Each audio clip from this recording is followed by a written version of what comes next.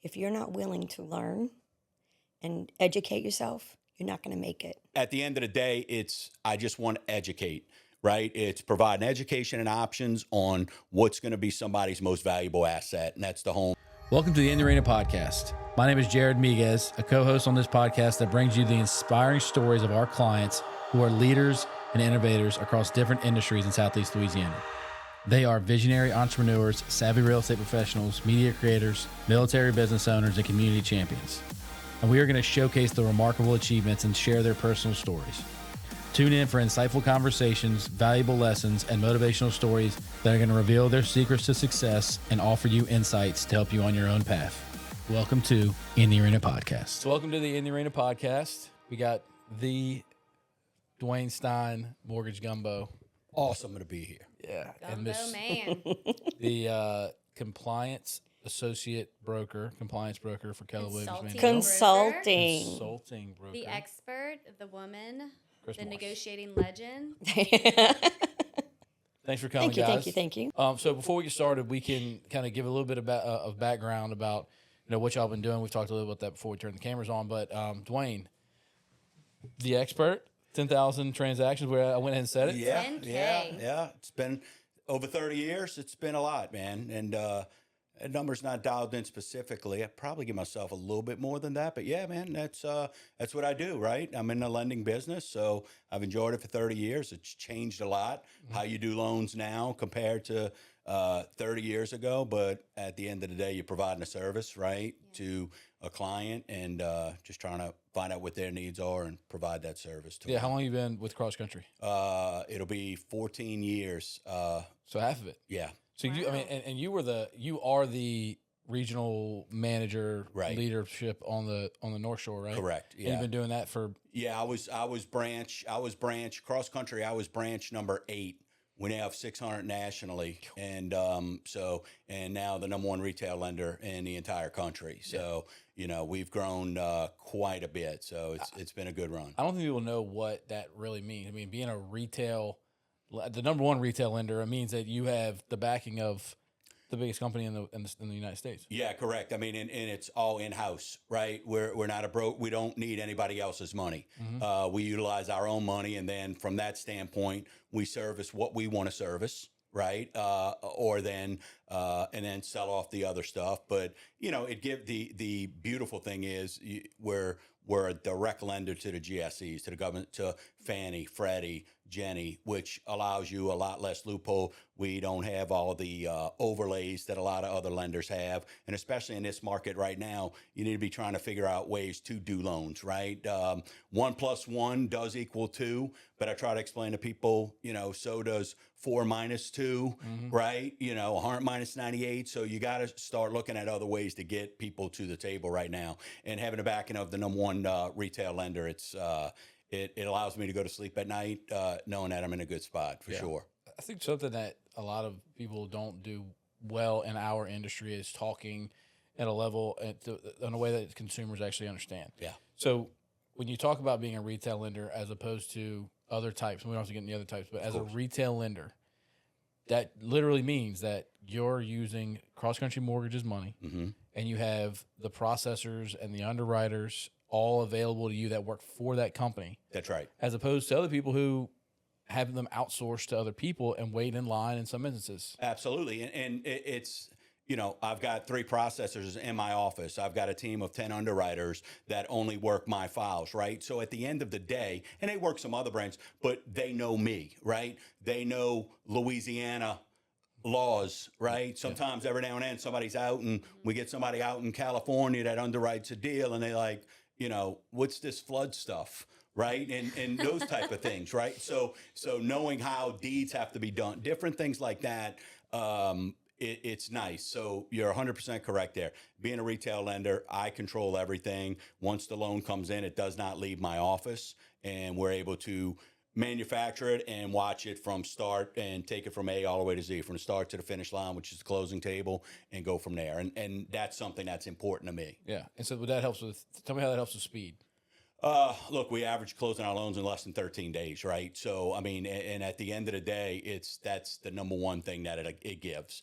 I don't have to try and find out who my processor is in another state. Hey, where am I at in the deal, right? Or an underwriter, and knowing the guidelines, it's in-house, just flows through the process. So, and also, so another thing that I like, I'm starting to understand it more, and still the lending business is still a little bit interesting to me, but the processor's role. Yeah. And so, being that you have 3 in your office, and they've been with you for a long time. Long time, yeah. Yeah, and they're all stellar to work with. What is their role in the process? Well, I mean, look, I'm sales, right? So I'm my job's to make everybody understand how great it is to work with us, and their job is to go write the checks that my mouth's out cashing, right? If or however that goes. Yeah. No, the checks I'm writing, their They're job's cashing. to make sure that they get cashed, and so it's crucial because they're involved with the client, right? So they have to have a knowledge and understanding, what tax transcripts or a Schedule C versus S corp, and understanding all that, so we're on the same page to know what questions to ask, because it's an extension, right? You don't want somebody going, that dude knows his stuff. He threw me over to this person, and I got to go call him to understand. So that it's very important. And again, like I said, being all in house, I'm able to walk down the hallway, or they're able to come over to my office and go, hey, here's where we're at with this. Give me the whys. I can then go relate that to the client, to the realtor, and then go from there to keep the process moving. Yeah. There's always going to be roadblocks, but if you can minimize them to kind of speed bumps, then things flow a lot easier. Yeah, that's the thing. We've had this conversation before, because we did a disc assessment profile for your whole team. That's right. And you were trying to figure out what was making your deals go smoother than other people that, are kind of associated with your branch. And we talked a lot about the process you have. I mean, you had people all in the right place doing the thing that was their gift. And because of your disc assessment, we changed a few things up too, which made it even more efficient, right? So, and I think that's the thing in our industry, and everybody knows this. I mean, I don't think I'm saying this is not a come to work and do the same, expect the same. I mean, this is the industry of being a chameleon and figuring it out what it is, because the sorry button, the woe is me bus, it's out, right? Especially in today's market, in the market that we've had the last year and a half, 2 years now, right? So, so using that disc assessment is me having to understand too, as a leader, like, oh, it's good enough. No. Let's take outside influence and go, hey, how can we make something better? Yeah. And that I think that's so important in today's market. Yeah, I mean, from our process too, I mean, we try to figure out how we can figure out all the things that are static and that are in every transaction, and then build that as our foundation workflow, and then build off of those things. If this happens, then that. But we know that this can happen every time, so there's only a few variables in there. And having enough experience over 30 years, you can pick those things out and make sure you're building your system around those. And no matter what you do, though, you're always going to get the one-offs. Oh, for sure. And then you just go, hey, you know what? Let's learn from this and go from there. Yeah. Well, you brought up leadership, right? And you brought that up in mind to the disc assessment. We were actually chatting earlier about some staff reactions to a meeting we just had. And he's like, I wish, they did these things. I wish they responded in this manner. And it's like, you have to understand what their ticks are. You have to understand from a leadership standpoint, when you preach 100% ownership, taking ownership when they want to play a victim to that scenario of like, man, this is just too hard, that you have to give them that next step. This is how you move forward. This is how you solve that problem. You cannot be a victim of the industry and survive, and we're watching people fall left and right. Yes. Yes. Extreme ownership. How can we make this process better? How can we solve people's problems? Right. You're doing that from a leadership level. It teaches them to do it at the process level. 100%. And sometimes they still need the push. Oh, absolutely. Because as leaders, we're those risk takers that are willing to take that step that sometimes they might not take. But that's why we are where we are too, right? It's earned. Nobody just walks in and says, hey, we need a ball-headed guy to be successful, right? I'm being nice it's there. It's kind of fun. It's nice and shiny right now. Yeah, You're looking good. I got my flow You're going. looking You know I think what I'm he saying? I got my buffed it flow or going, something. knowing I was going to be here in the arena today. But at the end of the day, nobody's just appointed, right? And if they are in our industry, a realtor, Chris Morris is going to see through my situational fibbing, right? Y'all are going to see through somebody who really knows what they're talking about and who don't. And at the end of the day, the client suffers. So it's just let's keep it real. Let's be that lead by example, right? That you can't cut out at 2 and be like, I expect y'all to go hard today, right? Or I'm tired. So you just gotta do what needs to be done and save the excuses. Excuses are for losers, really. I mean, I hate to say it. Amen. One more time for the people in the back. Excuses are for losers All right. as well as stats. You know, if you sit there and worry about your statistics, you're a loser. Yeah. So You ain't got time when you're working. that's right. we talk a lot about how, like, we have the 3 C's that we talk about. So it's closing on time, which is the speed part. It's the closing experience, which is the end goal, and then the communication in the middle. Mm-hmm. And so, you got to have a system around that. And leadership, like she says, what gets you there. But let's talk about the relationships. So, I think something that's special about you is the way that you are able to connect with the consumer, as well as have some great relationships with real estate agents. Right. A lot of lenders are really good at building a relationship with agents, not so great about following up, or they're really good at following up and they don't connect as well with their real estate agents.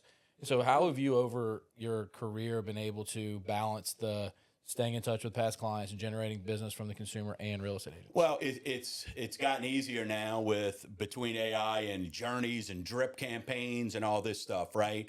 But still, nothing beats the picking up the phone or a text every now and then. Hey, how are you? Right? The consumer part, you've got to stay in their face. I mean, at the end of the day, I don't remember what the number. I just heard it not too long ago, but I mean, it's amazing on how many clients don't go back to their initial realtor and don't go back to their initial lender, right? So, I have things set up where if somebody has their credit pulled, it alerts me, right? And then you got to take a humble pill before you call them to go like, I was good enough 2 years ago. Yeah. What happened, right? But in here, and usually it's like, oh, I didn't even think about, so that's where you go, all right, well, how do we, literally today, how do we reinvent these campaigns to stay in front of these folks, right? Is it gibberish? And what I find, you got to give them something, right? Attach something to it, not just a, hey, how you doing? Merry Christmas or Happy Thanksgiving. So it's just, dude, it's a grind.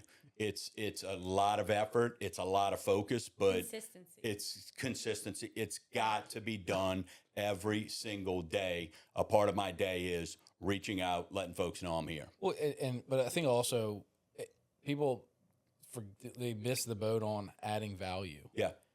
And like, if you add value to the world, it's gonna give it back to you. Yeah. That's the bottom line. And you have been consistently getting up on Saturday mornings, have been on the radio for how many years now? September made 10 years. So So I've missed a lot, bro. Yeah, right. And a lot of people go, "Oh, it must be nice. You drive this car. Must be nice. Your success, dude." There's a lot of my son's ball games that I missed because when I used to do a show at 1 p.m. on a Saturday, where you're driving across the lake to get down to iHeart at 11 in case there's fog on the bridge. Then it ends at 2. Then you got to wrap up. So there was a lot of things that got missed. So when the 9 a.m. option came, I was like, hey, you know what? I want to jump on that. Maybe realize I probably have a little too much to drink on a Friday night, right? But Adjustments, minor adjustments. it's being out there and having to do that, and it's a lot of sacrifice but at the end of the day, I just want to educate.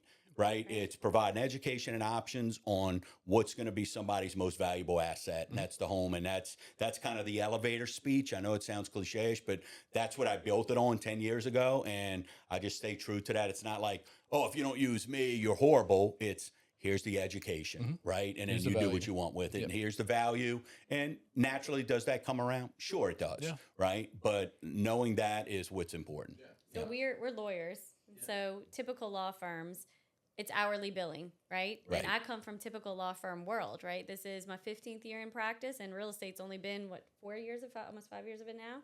And so, people ask me, like, why are you doing all this education when you could be billing hourly doing what you do? And it's like, that's our purpose. Yeah. When we set out for our purpose to add value to St. Tammany, to help businesses be better, to help our referral partners have a better business so that they can have better families, which has a better ecosystem for St. Tammany Parish, it's a no-brainer for us. That's right. So, we're going to continue to show up like that, make the sacrifices, which people seem to not understand these days, and add value. That's right. And you know what? It will come back. I'm not worried about it. Don't need to focus on when, because I know it will, and I know that we're living our purpose. That's right. That's exactly 100% correct. Yeah. So I give you a lot of props. I mean, you're consistently doing. I'll be driving past past Gerard on a Saturday and at like 8:45. Like, hey man, you need a co-host today. Yeah. Look, it's a lot, but at the end of the day, it's a passion, like you're talking about. And when there's a bigger purpose, then you put all that aside and you're like, hey, here's what we're going to deliver, and just remembering that outside of my mom and dad who listen every minute of every day, right? It's okay to talk about the same topic, every now and then. I don't have to, sometimes I'm sitting there trying to reinvent the wheel going, whatever. And I'm like, you know what? Maybe everybody didn't hear that, right? You know what Basics. I mean? And we all need to hear it a few times. Well, and it's and not something we're familiar with. Heaven forbid people get out of the car, right? And stuff like that too. So it took me a while to learn all that, and it's okay to repeat stuff. So it's good. Well, I think it's great. And then the other piece of it is the real estate partners, and we have Chris here, so I definitely want to get over to Chris. But how important are the real estate agent relationships to your business? Well, I mean, I think that's the end all be all, right? And I think when you have a relationship with someone like Chris, and look, ours started off, a little choppy, so to speak. She pushed back on me on something, but it's seeing through it, and it's a respect. And then once you understand who people are, and then the biggest thing I think where I see the relationships with realtors is understanding she has a job to do and I've got a job to do. And it's trusting that we each know what each other's job is to do the most important thing, and that's get that client to the table so they can get their dream home or whatever it's going to be. And if you don't have that trust, it's impossible. It can't be manufactured. It can't be just you do one deal and it's this and that, right? It's you got to build that rapport over time. And I think at the end of the day too, and me and Chris have talked about this so many times, it's me being able to go, hey, we got to go this route and here's why, but early in the process. Or this isn't going to work, here's why, early in the process. Not playing pretend like let's hope a rabbit's going to come out of the hat, right? Open, like honest, let's hard hope, communication. right? Let's hope all of a sudden their credit score is going to be where it needs to be, or whatever it is. So the real estate lender relationship it's paramount in this industry, and but it's a trust, and it takes time. Yeah, it takes time, and y'all know. Look, you can do, and we've talked about this before. You can knock it out the park for someone. They've tried 3 other lenders. They call you, and in 10 days, you get that person to the table, and you can't get them back on the phone after that. And you scratch your head and kind of go, okay. But then you just go, hey, you know what? Let's value what we have here, and we're not going to be a dog chasing our tail.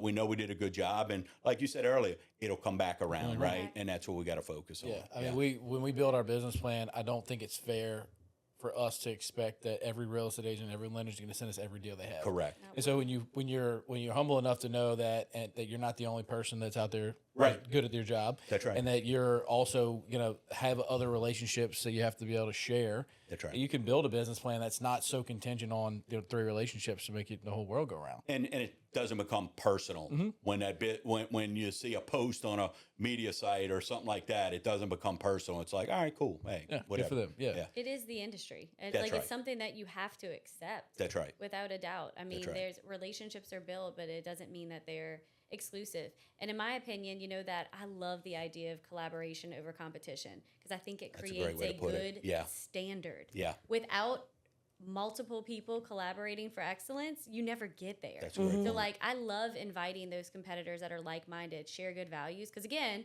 at the end of the day, if your purpose is your community and your impact, then you're worried about the ecosystem, and that requires good competition. That's right. That's so a great welcome point. that collaboration. Yeah, that's a great point.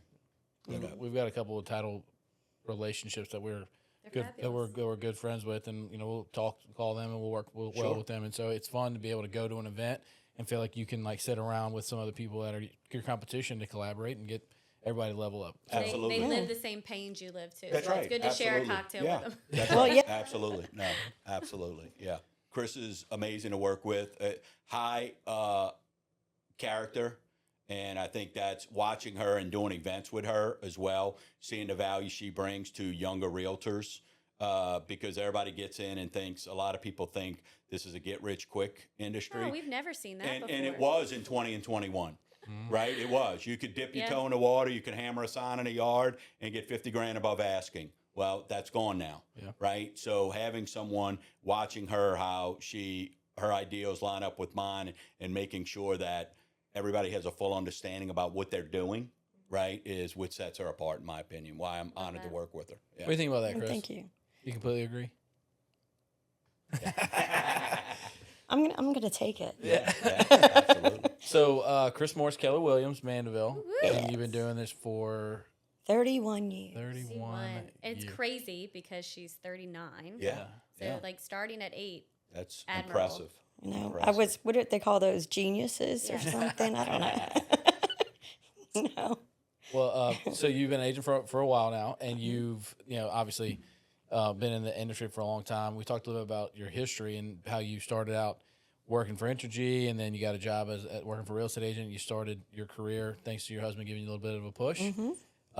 What's been your favorite part of the real estate world over the last 30 years? When you talk to your clients, they don't understand anything about real estate. You might have somebody who come in and say, "Oh yeah, I sold a house 5 years ago." Yeah, they don't know today, right? And when you start seeing the light bulb come on, and they're like, "I get it," that makes sense. You know, helping people. There's a lot of money that you're helping them with, right? So I get so filled with, I guess it's joy, just by helping people, and not just, okay, you want to buy a house? Let's go look. And then, okay, let's write an offer. Yeah, just sign here, right there. I go over the contract. I go over everything. They need to know what they're signing. So for me, that's big. So like Dwayne, when I started working with him, yeah, he understood quick that we're going to be talking. Yep. Okay, because you got to protect I'm protecting my client. You're going to protect him the same way I do. Because we need to work together. That's right. And same thing with the title company. Yeah. Anybody I work with, you're going to hear from me. I'm not one of those agents that says, "Well, that was your job. What'd you do?" You know, no. And thank you for that. I mean, that's how things get That's- to the closing table. That's right. Pointing Yeah. fingers and abandoning clients. I mean, it's unfortunate, but we see it happen. So what about, you've been at Keller Williams your whole career? Maybe you've been one of the brokers before that, and then you moved over to Keller Williams? I was with another brokerage before that. I've been with Keller Williams since 2008. Wow. I started at Prudential Louisiana Properties, and then they merged with another company. I didn't like it, so I was going to get out of the business totally. And I was working with a builder, and he said, "Before you go anywhere, come talk to me." And I'm like, no, I don't want to help you build houses. He goes, no, I have a broker's license. You can run your own company. So I did. I did that for 6 years. Oh, wow. You know, so I got to name it the name that I wanted. I marketed. He still gave me listings, and I just did my thing. So then Katrina happened, right? So then 2008, I had to find a place to go because our office was shutting down. I said, well, I got to go somewhere where I'm going to learn and be with other like-minded people so I can grow. You know, because being by myself, I was kind of stagnant, you know. So went to Keller Williams. Who recruited you? First, Linda did. Yeah. years before, I went to one of Gary Keller's book clubs for the MREA. Cool. I actually got Dave Jenks to sign it. Cool. Oh, very cool. I have his signature. I know, right? I do. He says, be bold, act big, be bold. Sue Derricks. Gotcha. Our kids were involved together at the school. And so we were talking, and she was like, well, you got to come. I said, I'm already thinking about it, you know. And then we went for coffee a little more, and then, yeah, that's who. So it was both of them. Gotcha. And then, so the MREA, I mean, obviously you're one of the coaches and teachers in the office, and you deal with a lot of the compliance stuff. How big of a deal is the MREA to you and your business? Oh, my gosh. Okay. This is going to sound, I don't know, lame, but it's true. And a lot of agents have said it in the past. It's the Bible of real estate. It has all the answers in it. It really does. Oh, it's like one big SOP. Yeah, It's amazing. if you just read it and follow it, even halfway, you're going to do well. The thing is, it's your mindset. You're going to go, I'm going to skip this part because it's not fun. So, but yeah, I think it's a huge deal. I go back to it often. Yeah. I think the best part of the book is that if you read it on day one of your career, you're going to read it from one perspective. Like, what does it take for me to get my business started, and where am I trying to go? And then you look at it 2 years later, and you have all the training, and you're getting your business moving, momentum. You kind of see from a different perspective. And then once you get the momentum going, you start putting people around you. You see it from a third perspective. Absolutely. And so, I think the book is something that every business owner should read. Like, if you're in a sales role or you're a business owner, then you need to read that book because it helps you understand how to break down your goals into something that's bite-sized you can look at every single day to help you hit the goal. Have you read it before? Mm-mm. Yeah, I mean, it really does. I mean, you probably do a lot of the tasks that are already in there just because you understand sales, but it helps you create a big goal, break it down into bite-sized chunks, and then on an annual basis start revisiting those goals and figure out what people you got to place around you to continue to grow. And you can replace real estate agent with title attorney, mortgage lender, Right. business owner, whatever, awesome. car salesman, and it'll apply to every one of those things. And so I think you're right. It is the Bible in a way because you can go there and you can kind of see where you need to go to progress. And if you go back to the mindset parts of the book, even though sometimes they're not fun, it reminds you of who you have to be mentally in order to get where you're going. You got to think about yourself in the state in which you want to be and not where you're at now. That's right. And so Right. it really that book I recommend to people very, very often. You recommended it to me when we met. When I decided I was going to just open the satellite office and continue operating my firm for the location they were looking at in Slidell. And I'm just big on relationships and communicating with my business clients. And he's like, this is how you learn and speak the language of agents, right? And if you're truly wanting to add value to them, you could take everything from this book and continuously help them execute according to that book. And so it was a really easy, quick read, but it gave me insight into the entire industry. Right. Just by a quick read. Right. So I was grateful for that. And I tell a lot of the new agents who come in that I help mentor, I tell them real estate is your business. Yes, you're a real estate agent One more under time, a broker. what is it? Real estate is your business. Run it like a Business. Okay? amen. You hear all the other stuff.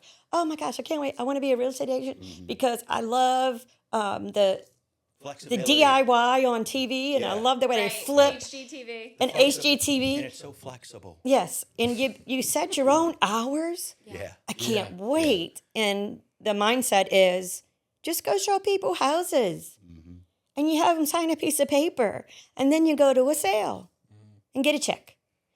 No. No. So I tell them you need to understand we have tools and systems to help you run and grow your business. It's yours. Use them. Right. I've had so many times, I actually had a past client who was a seller, and she got her and her husband got their licenses and came over to Keller Williams. She was all excited. 3 months in, she comes knocking on my door, and the first thing she tells me is, I am sorry. And I said, for what? I don't understand. For what? And she said, I must have been your worst client ever. And I said, I'm God. I don't know what you're talking about. And she says, now that I know what it takes and what I'm understanding, we put you through hell. And I'm like, not really. Yeah. I can name some others. Anyway, and she goes, and seriously, I thought when I got my license, the office was going to give me listings. I truly believed that. And I said, why? She goes, that's my belief. I said, how did I get you as a client, as a seller? Did my office give you to me? And she says, no. It was from my sister's friend, la, la, la. And I'm like, okay, that's because I'm out there talking to people, telling them who I am. So, yeah. And so she was just blown away. Yeah. The amount of effort and energy that it goes into finding a deal and then closing a deal and all the steps. I mean, I think that a great example of just how much energy and effort it takes is the class that you put on once a year, twice a year, the negotiations and a lot of fire, which I think last time we did it, we had like 40 people in the room. And, I mean, you are in that class, we're going over all the issues that you come across when you run into a deal. And every time we do it, we've done it several times, there's always a handful of new issues that we're running through because it's always changing. It's always developing. And if you're not constantly paying attention if you're only doing a couple of deals a year, those agents that do it as a hobby or think that it's just something they can just go show some houses and be flexible, you miss out on the boat on all those hard issues you got to solve. So even running the class, the seminar, I get great information. So here I am explaining something the way I thought that it was supposed to be. I got called out by this one. And kind of set me straight. I forget what it was. I'm sure in a few minutes I'll remember. Yeah. And I'm like, oh, okay, scratch what I said, listen to what he said, and I still learn, right? Yeah. So, yeah. I remember doing one with you on that, and you broke down the difference between closing costs and prepaids and how most realtors are right, hey, 6% or 3% seller paid closing costs, right? Well, is it closing costs or is it the prepaids, right? And because agents had realized, somebody on the other hand had said, well, we're not paying prepaids because you said closing costs. All right, well, now we're at the table now, the CD's out, right? And something got assumed. So I've learned that and used that on my show many a times to talk to people about. Yeah, but then a good lender eats up all of that with it buying down the rate. And I think you did that on that one deal where I called you and you're like, that's fine, we'll do that. But we're going to have a really low interest rate on this deal. So it all works out. But you got to have the right people on the team that know how to solve those problems, which is the beauty of that class. I mean, you said you learned something. I learned something every time because you got the insurance person, you got the lender, you got the inspector, you got the appraiser. We're all sitting there kind of bouncing ideas and issues around. And, we are in our lane. We're solving our own problems. But hearing what everybody else is doing allows you to kind of think how you can be creative and solve a problem for somebody else later. So the class is great. I really enjoyed all of it. I think that you're on to something with that. And you're going to get that CE certified. Oh, my gosh. Soon. Okay, that's a whole nother monster to even try. So hopefully next year. Good. Well, maybe we can. It's like I have to write a dissertation or something. We're doing it right now. You do. Oh, We're my doing gosh. it right now. So, you know what? Jared would love to help you with that. And Stephanie. He would. Thanks. Sure. We're already going through that process, so we get it. So before we wrap up, we talked a little bit about values when we got started, right? You've touched on leadership, and we're very passionate about making sure that everybody understands what our values are, because anybody can say leadership, vocation, integrity, and these words that we speak of, but they mean something unique to us, and we try to do business with other people who think and act and feel about those things the way that we do. And so we asked you to give us a value you wanted to talk about, and you said integrity. Mm-hmm. So, tell us why integrity is so important to you. Oh my gosh. To me, that's the center of everything. Mm-hmm. Being truthful and not just, and I tell people if I'm going to list a house or something, okay, I'm going to give you information that I found. It may not be what you want to hear, but it's the truth and it's what's happening in the market today. Okay. And you have to give them the real information. There's a quote that the measurement of success is directly correlated with your ability to have hard conversations. Mm-hmm. And I feel that when people, one, that is unbelievably true. And then two, when people are withholding difficult conversations, they don't view that as lacking integrity. I do. Yeah. I feel like that's not being 100% honest. That's not being forthcoming. And so remembering that other side and that integrity to you means as soon as you have information, good or bad, that you're going to relay it. I think that goes towards solving problems a lot faster as well. Oh, absolutely. I just lost what I was going to say. I'm sorry. No, it's okay. No. It was about that because okay, so I had a client. I went to list her house and had been on the market with another agent for a year. So her sister said, you need to call my agent. So she called me. I went over to the house. And I said, look, I know, I see where your agent had it listed at this price, but I'm telling you, this is where it's going to sell. I know that's not what you want to hear. She just started bawling and crying, big tears. And I'm going, okay, tell tissue, something. I don't know what. I'm sorry. I didn't mean to hurt your feelings. And she goes, no. It feels so good for somebody just to tell me the truth. Yeah. What's going on? I had an agent tell me the other day, they were like, yeah, the client said they want to listen to this price, and they were like, yeah, we'll do whatever you need me to do, and then we'll, and if we have to change, we'll change. I'm like, what? You're gonna put that person through the ringer. Yeah. You got to be honest with them about that. Yeah. Right.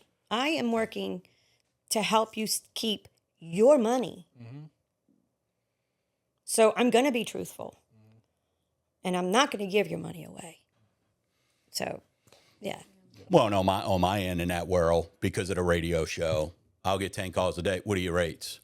Like anywhere from 2 to 9%. Right. Right? Like, Right. so do you want to get an app? Do you want do to you know want yours? right? Or do you want to know mine? What kind of loan? How much you putting down? Is it an investment? So, but people they think they want the easy way, right? Like, this other company's willing to give that. Okay. Go through the process with them and then call me afterwards, and then we'll get you taken care of, right? So I think, like you're saying, it's such, because sometimes, and I've had to quit taking it personally when people go, oh, get with Dwayne. Look, he's gonna call it like it is, right? Like I've had realtors go, I told him you call it like it is, and I'm like, and for a long time I felt like, why is that a bad thing? Like I felt bad, like it was almost like a shot at me, and then I'm like, you know what? I'm always gonna keep it real. I mean, we're not buying gumballs here.